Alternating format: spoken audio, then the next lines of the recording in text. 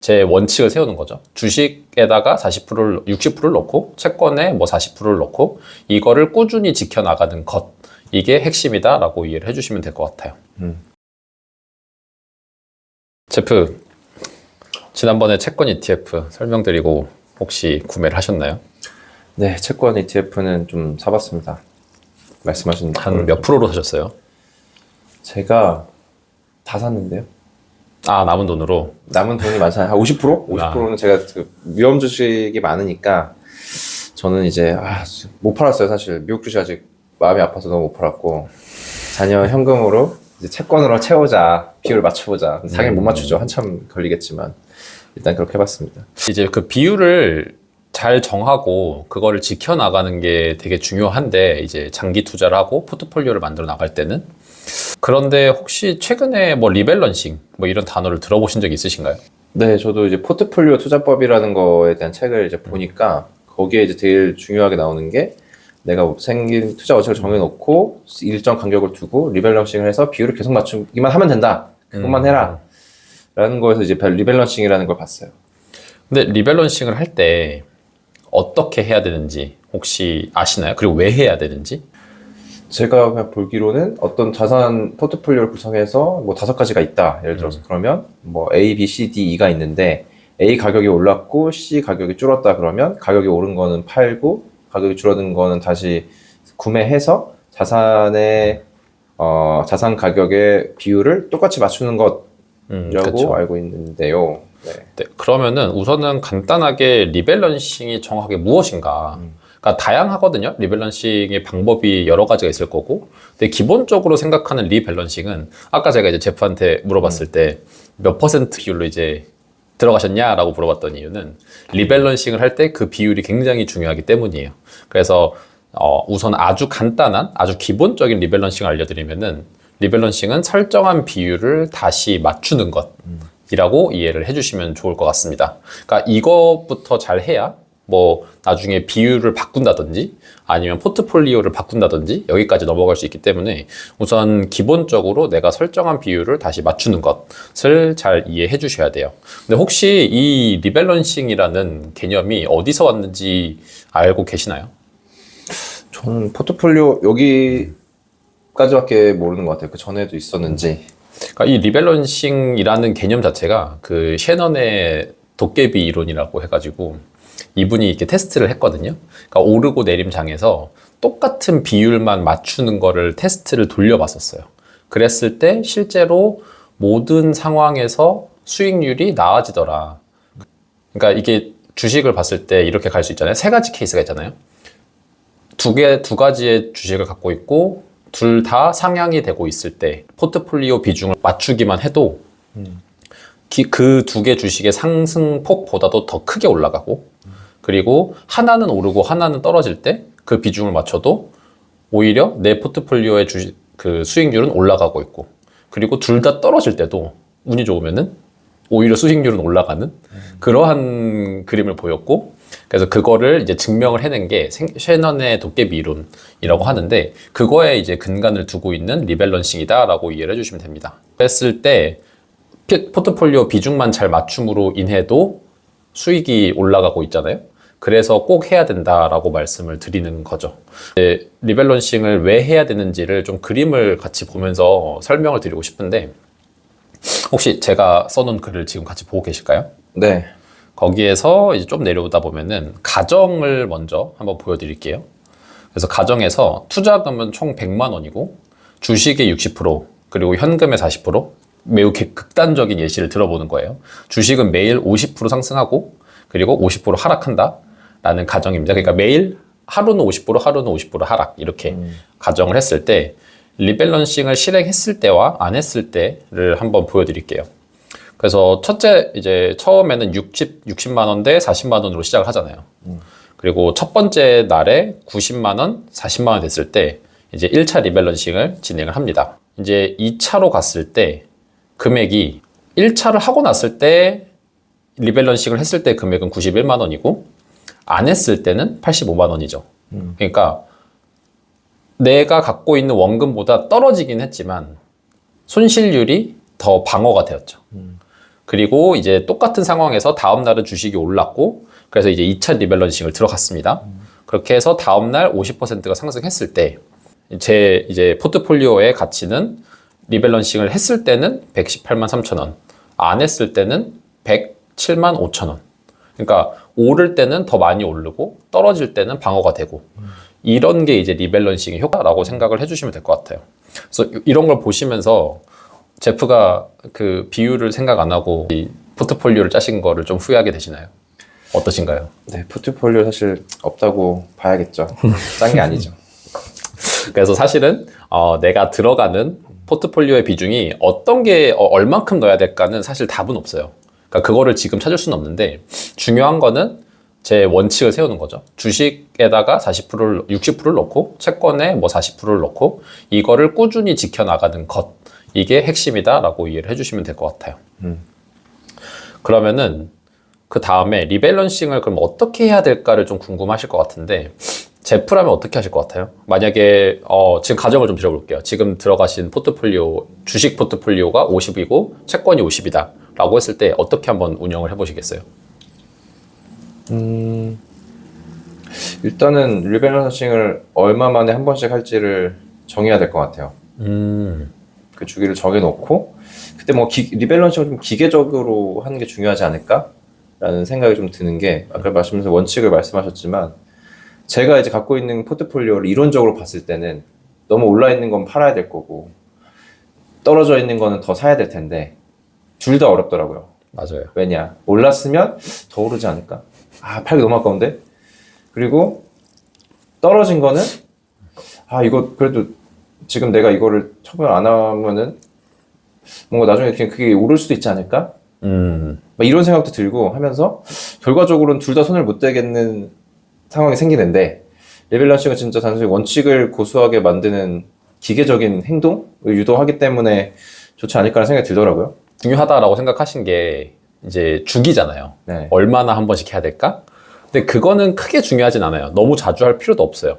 왜냐면은 너무 자주 하면은 비용만 계속 내게 됩니다. 그러니까 연금저축에다가 넣어두셨으면은 사실 세금은 안 나가니까 크게 영향은 없는데 중요한 건 거래세가 나가잖아요. 근데 이거를 매일매일 하게 되면은 생각보다 많이 나가기 때문에 저의 포트폴리오 수익률에 영향을 줄 수 있어요. 그래서 만약에 본인이 엄청 부지런한 사람이고 그리고 돈을 한 달에 납입을 하시는 분이라고 하면은 한 달에 한 번 정도 들어가서 보고 비율이 깨졌을 때 리밸런싱을 해주는 게 좋은 선택일 수 있고 이걸 매일 들어가서 보면 수익률에 자꾸 노출이 되거든요. 그러니까 그 이제 제프 같이 그 오르고 내리고에 대해서 자꾸 스트레스를 받는단 말이죠. 그래서 자꾸 무시를 하고 한 분기 아니면 반기마다 들어가서 이 밸런스가 어떻게 잘 유지가 되고 있는지를 봐주시는 게 더 좋을 것 같아요. 왜냐하면 매일매일 보면은 뭐 오늘은 내 포트폴리오가 좀 올라서 기분이 좋고 다음 날은 좀 깎여서 기분이 나쁘고 이러거든요. 그래서 장투할 때는 너무 수익률에 연연하지 않는 게 핵심 포인트다. 그래서 뭐 한 달에 한 번도 좋고 아니면 반기 분기 그러나 제일 중요한 거는 1년에 한 번 꼭 해주셔야 된다는 거예요. 네. 그래서 이렇게 주기를 좀 이해했다고 하면은 그럼 방법을 좀 이해하셔야 되거든요. 아까 제프가 만약에 제가 가정을 어떻게 드렸죠? 50대 50이었나요? 60대 40이었나요? 60대 40. 네, 60대 40으로 네. 다시 하고 그럼 60대 40이라고 하면은 한 달 뒤에 들어갔어요. 주가가 올랐어요. 그래서 65%가 됐고 그리고 65%로 비중이 그냥 가격이 올라가서 내 주식 ETF의 가치가 올라가서 65%가 됐고 그리고 또 그 와중에 채권 ETF는 좀 빠져서 35%가 됐어요.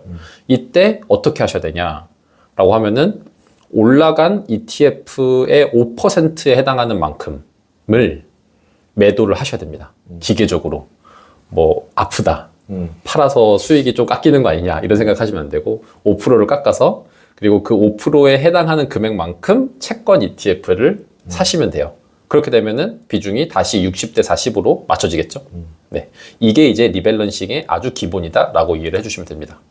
지금까지 잘 이해가 되셨나요? 네, 이해가 됐습니다. 네, 그렇게 해서 리밸런싱을 이런 식으로 해서 주기적으로 한 달에 한 번 아니면은 반기, 분기에 한 번씩 해주면은 충분하다라는 거를 말씀드릴게요. 마지막으로 제일 궁금해하실 저는 새로운 상품을 좀 추가하고 싶어요. 아니면은 이게 60대 40으로 했는데 이제 비중 조정을 좀 바꾸고 싶어요. 뭐 50대 50, 뭐 이런 식으로 바꾸고 싶어요. 라고 얘기를 하실 수도 있어요. 그때는 어떻게 하실 거예요, 제프라면은? 그게 새롭게 살고 싶은 항목의 카테고리를 먼저 구분해야 되지 않을까 라는 생각이 드는데 처음에 이제 포트폴리오를 만들 때 가정이 있잖아요. 그쵸. 뭐 위험 자산과 뭐 안전 자산을 몇 퍼센트 정도로 한다라고 어떤 상품이든 사면 그쪽 둘 중에 하나에 들어갈 거고, 물론 선정할 때도 이제 포트폴리오 구성할 때 최초에는 어쨌든 상관관계가 적은 상품을 사겠다라고 생각을 했던 거니까, 그럼 이게 어디랑 이제 상관관계가 적은 쪽일까라는 걸 봐서 그쪽 상품군에 편입을 시킨다고 생각을 해야 될 것 같고, 그리고 뭔가 내가 구성을 바꿀 때는 너무 많은 상품이 추가되는지 않아야 되니까 좀 관리의 용이성도 중요할 것 같아요. 그래서 매도 상품군을 하나 다 이걸 다 팔고 아예 완전히 바꾼다든지, 저러면 약간 그렇게 해서 상품 개수도 좀 조절을 해야 되지 않을까? 사실 먼저 꼭 하셨으면 좋겠다라고 하는 거는 그래도 기본적인 거시경제에 대한 공부는 꼭 하셔라. 만약에 비중 조절을 하거나 포트폴리오를 바꾸고 싶다라고 할 때는, 그러니까 만약에 지금 제프가 60대 40으로 들어간다고 했을 때 그 가정이 어떤 거였어요? 그러니까 시장에 대한 가정이 있으셨을 거 아니에요. 가설이라든지. 그렇죠. 뭐 지금은 당분간 뭐 주식 시장이 계속 오를 거야. 아, 그 가정으로 들어가신 거죠. 그 채권을 왜 쓰셨어요? 채권은 뭐 주식 시장이 떨어졌을 때는 뭐 일시적으로 떨어졌을 때 이제 방어하기 위해서 그런 생각을 했을 것 같아요. 그래서 그거를 저는 조금 더 같이 이게 혼합해서 보셨으면 좋겠는데, 지금은 주식 시장이 좀 잘 가고 있고 계속 갈 것 같은데, 그런데 고금리 상황이고 침체가 올 수도 있고, 그러면 주식이 빠질 거고, 그러면은 내가 넣어둔 채권이 이제 고금리에서 조금 저금리 시대로 갈 거고, 그러다 보니까 채권 ETF가 좀 상승되지 않을까? 그래서 두 개가 조금 만나서 나의 수익률이나 손실률을 좀 회복시켜주지 않을까? 이러한 가정에 넣었다라고 이런 식으로 좀 가정을 세워두셨다라고 하면은, 실제로 좀 시장을 지켜보다 보니까 내 가정이 맞았네? 침체기가 오네? 그리고 금리가 떨어지는 시기가 좀 오고 있네? 이러면은 그때는 비율 조정을 좀 해볼 수 있겠죠. 왜냐면은 주식이 이제 떨어지는 모양새가 나오고 채권이 조금 더 올라가는 시기가 왔다라고 하면은 좀 제 주식 포트폴리오를 한 40%로 줄이고 채권에 20% 정도를 더 태워서 채권의 수익률이 조금 더 올라갈 수 있게, 그리고 주식의 손실률이 좀 덜 될 수 있게 그런 식으로 가져가 준다고 하면은 나의 가정에 따라서 비중 조정을 가져가실 수 있겠죠. 근데 이러한 방법은 제가 조금 더 구체적으로 작성을 해드릴 예정이고, 그리고 두 번째, 아예 포트폴리오를 바꾸고 싶은 경우도 있으실 수 있어요. 그때는 어떤 케이스일 것 같아요? 일단 말씀하신 상황과 반대 아닐까요? 내 가정이 완전 틀렸어. 생각보다 다른 요소가 나타났고 내 가정 완전히 틀려서 내 포트폴리오 원점을 다시 고려해야겠어 라고 하는 큰 사건이 있어야 될 것 같아요. 맞아요. 그러니까 그런 케이스들이 분명히 발생을 할 수 있거든요. 투자를 하다 보면은. 근데 이거는 제가 또 후속으로 좀 더 포트폴리오를 다시 짜거나 아니면 리밸런싱을 하는 그런 다양한 케이스로 제가 조금 더 작성을 해드릴 건데, 최소한 내 포트폴리오를 짰으면 한 2, 3년 이상은 유지를 해주시는 게 좋다? 가정에 따라서. 그러니까 비중 조절을 조금씩은 할 수 있지만 포트폴리오를 완벽하게 바꿔나가는 작업은 한 2, 3년 정도 꾸준히 가져갔는데 내가 예상한 대로 시장이 흘러가지 않았고, 그리고 생각보다 수익률이 나오지 않거나 손실률만 뜨고 있다. 이럴 때는 내 가정이 틀린 거니까 좀 바꿔야겠죠. 근데 그냥 어디서 추천해줬다. 여기 인터넷에서 보니까 S&P를 무조건 사라더라. 아니면은 배당주를 무조건 사라더라. 이런 것만 넣고 샀을 때는 그러한 전략 자체가 안 먹힐 거라는 거죠. 그러니까 가정 자체가 안 먹히기 때문에.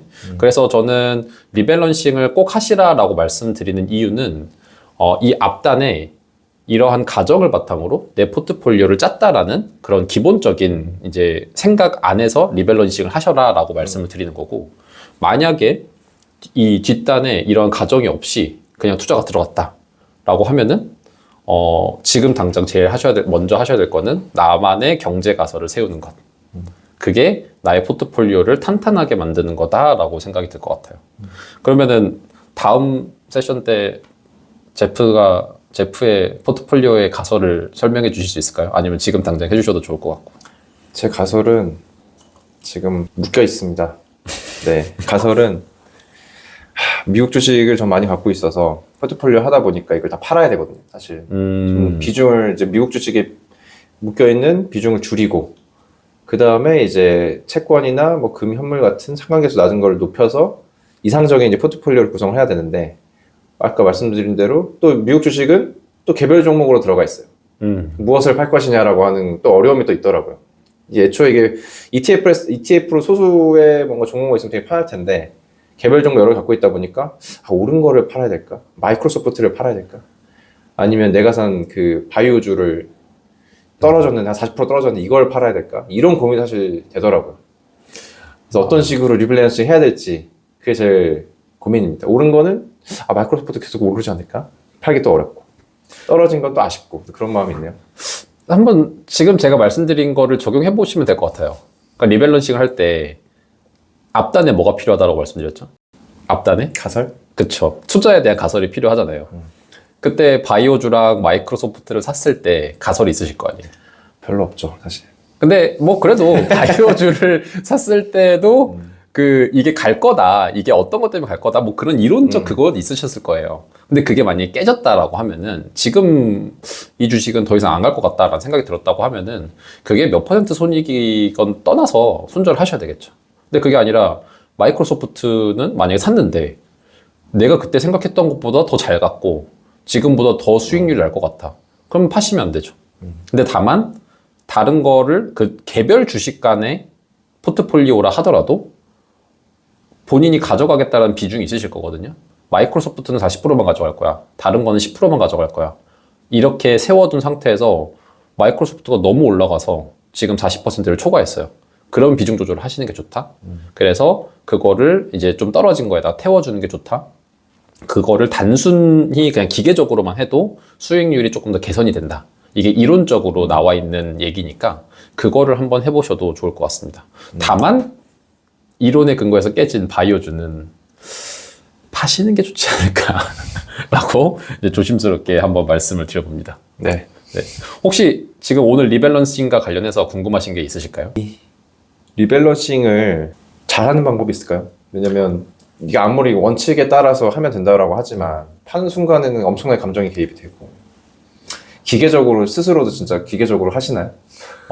저도 항상 힘들긴 하지만 근데 제일 좋은 거는 손실날 주식을 매도해보는 경험이 굉장히 중요한 것 같아요. 그러니까 뭐 10%가 될 수도 있고 20%가 될 수도 있고 30%가 될 수도 있는데 제일 중요한 거는 내 이론이 틀렸다. 그리고 이론이 없었으면은 아무 이유 없이 산 거잖아요. 그건 당연히 지금 빨리 팔아야 되는 거예요. 그러니까 알아보지도 않고 샀어요. 그러면은 그거는 갈지 안 갈지 모르거든요.